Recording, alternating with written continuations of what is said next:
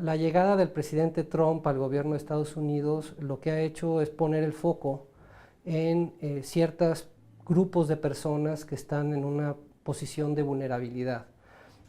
Por ejemplo, sus mensajes en Twitter o en las conferencias de prensa que hemos podido observar han mostrado cómo los migrantes son abiertamente discriminados. En general, la población migrante se les pone un estigma de sus posibles orígenes delincuenciales, se pone duda y se discrimina a las minorías religiosas, principalmente a las personas que practiquen el Islam, pero además también se ha puesto en riesgo la situación de personas que nacieron en algunos países en el Medio Oriente.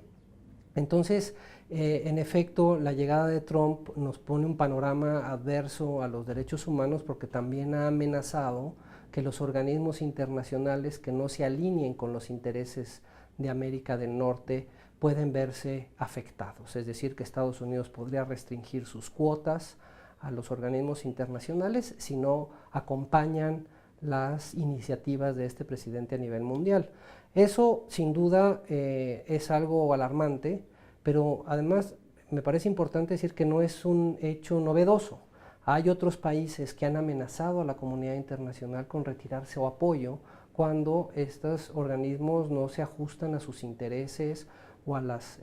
lineamientos que quieren promover. Por ejemplo, no sé si recuerdes cómo México en el 2014 le envió un mensaje muy amenazante a la Corte Penal Internacional diciéndole: para tus exámenes preliminares, no queremos exámenes preliminares que no estén sujetos a un control judicial, no queremos que la Corte desarrolle esas atribuciones, en particular la Fiscalía, para ayudar a los países a investigar, procesar y castigar a los más altos responsables de haber cometido crímenes de lesa humanidad. Y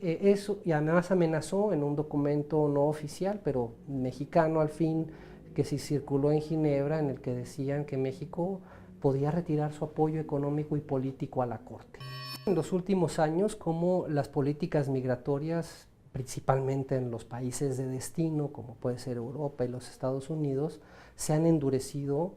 de manera que han generado lo que ya venimos algunos años atrás denominando como la crisis migratoria del siglo XXI, y que principalmente responde a que económicamente los países en desarrollo o en vías de desarrollo o medianamente desarrollados no han sido capaces de llevar mejores condiciones de vida a los ciudadanos de estos países. Si a eso le asemejas, más bien, si a eso le sumas